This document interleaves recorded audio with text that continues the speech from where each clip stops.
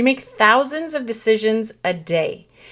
When you find yourself in a situation where you need to make a big decision, like, do I quit my job without having a job? Do I switch careers? Do I escalate on my manager? Do I keep working on this project or turn it in as is? These are the 5 questions you want to ask yourself to know the answer, okay? The very first question to ask yourself to know how to know what to do when you're stuck between taking action or not is to ask yourself, what does my gut say? What is my initial instinct? And I want you to really look at this from like when you first thought about this, when this thing first came up, what was your initial reaction? That's usually your gut instinct. If you're not good at knowing what your gut instinct is telling you, we got work to do, my friends. Come into my coaching program. This is what we do. But what is your instinct telling you is the right decision, okay? Remember, we're going to go through 5 things. We're not committing to doing what our gut says. You just want to know what is your instinct telling you to do. If you're really struggling with this, a hack I love to use is, okay, let's just pretend for a minute, no matter what decision I make, I'm going to be okay. It works out both ways. Which one do you choose and why? Okay, so write that down. This is the answer to your first question. What is my gut telling me I should do? The second question you want to go and answer, what freaks me out about that thing? Okay, I'm going to walk you through a couple examples here, but I want to tell you these 5 questions first. So when you think about going with your gut instinct, what are all the buts your brain tells you? What are all the reasons that sounds hard or scary or not a good idea? Okay, so question number 1, what does my gut tell me I should do? Question number 2, what are the things I'm freaked out about if I go that route? Okay, we're just writing them down. Question number 3, we're deciding between option A and option B. I want you to look at what is going to be hard about both options. So option A, these are the things that are going to be hard. Option B, these are the things that are going to be hard. Question number 4, what are the things that are going to be great about both options? And question number 5 is key. And really, aside from your gut, is like the next most important thing is what's a third option? Very often when we're trying to make big decisions, it feels like there's this option and that's it. And I promise you, there are thousands of options in between those two. So question number 5 is, what is a third option?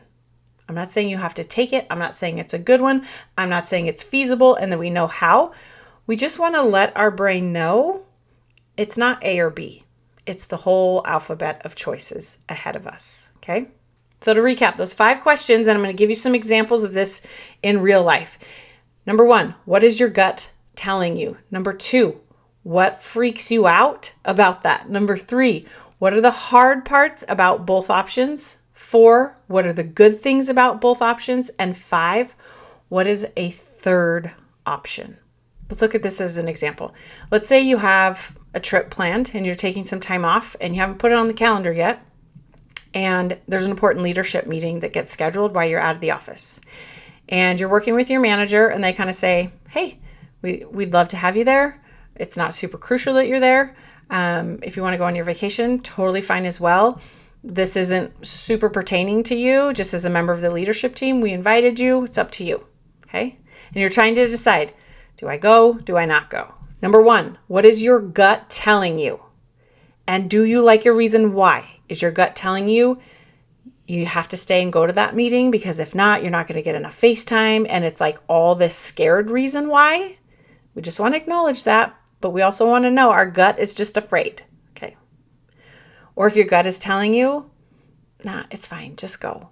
You don't really care about this job. You kind of want to get fired, right? Like there's no right or wrong way. You just want to know what is your gut telling you and why. So let's assume in this scenario, your gut is telling you, keep your trip, go out of the office. It's going to be okay. Number 2, what are all the things that freak you out about that? Okay.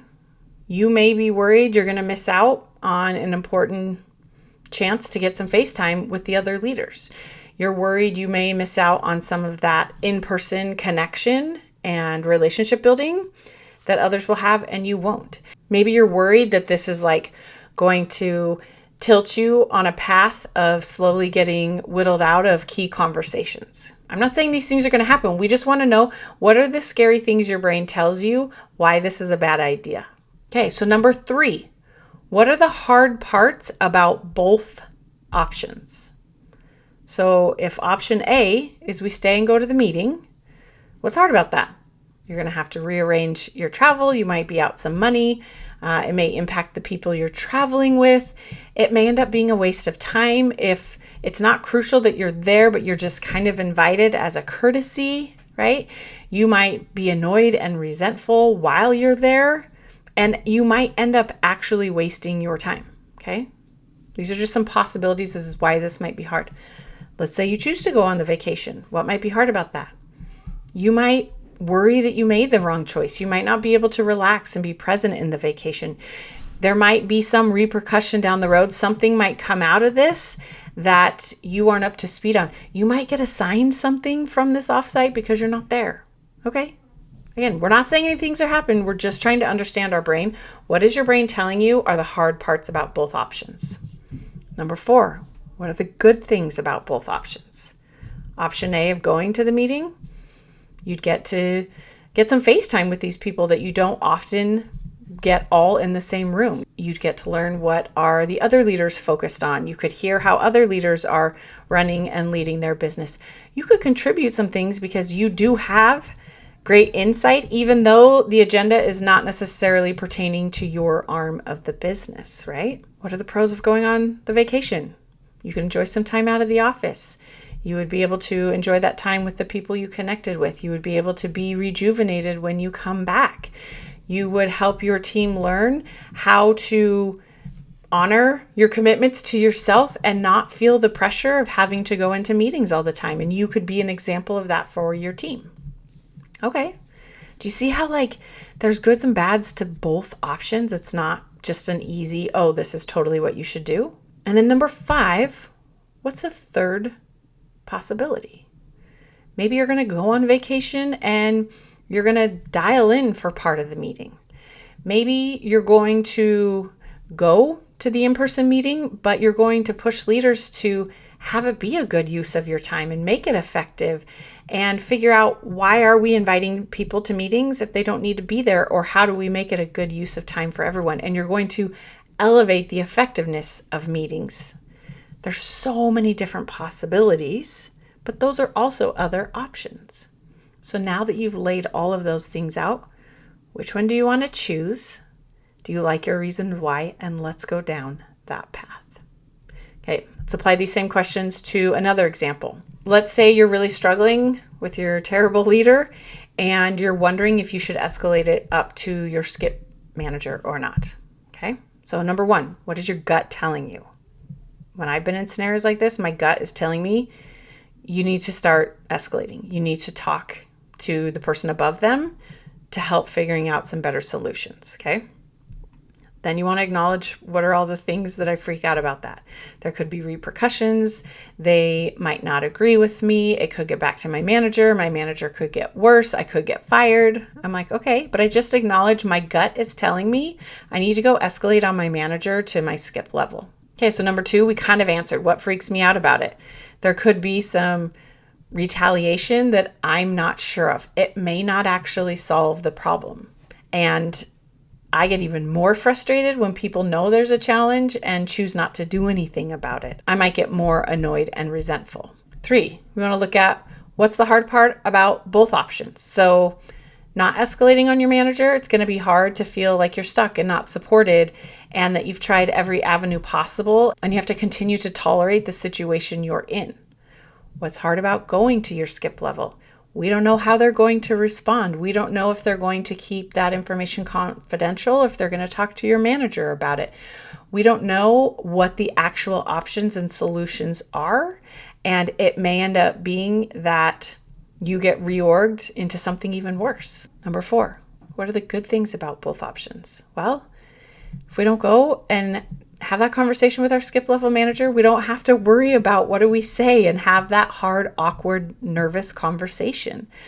We know your bad manager is probably pretty predictable. You know what to expect, and you can keep finding creative ways around it. What's the good part about going to your skip level manager? Well, they might be able to help in ways that you can't.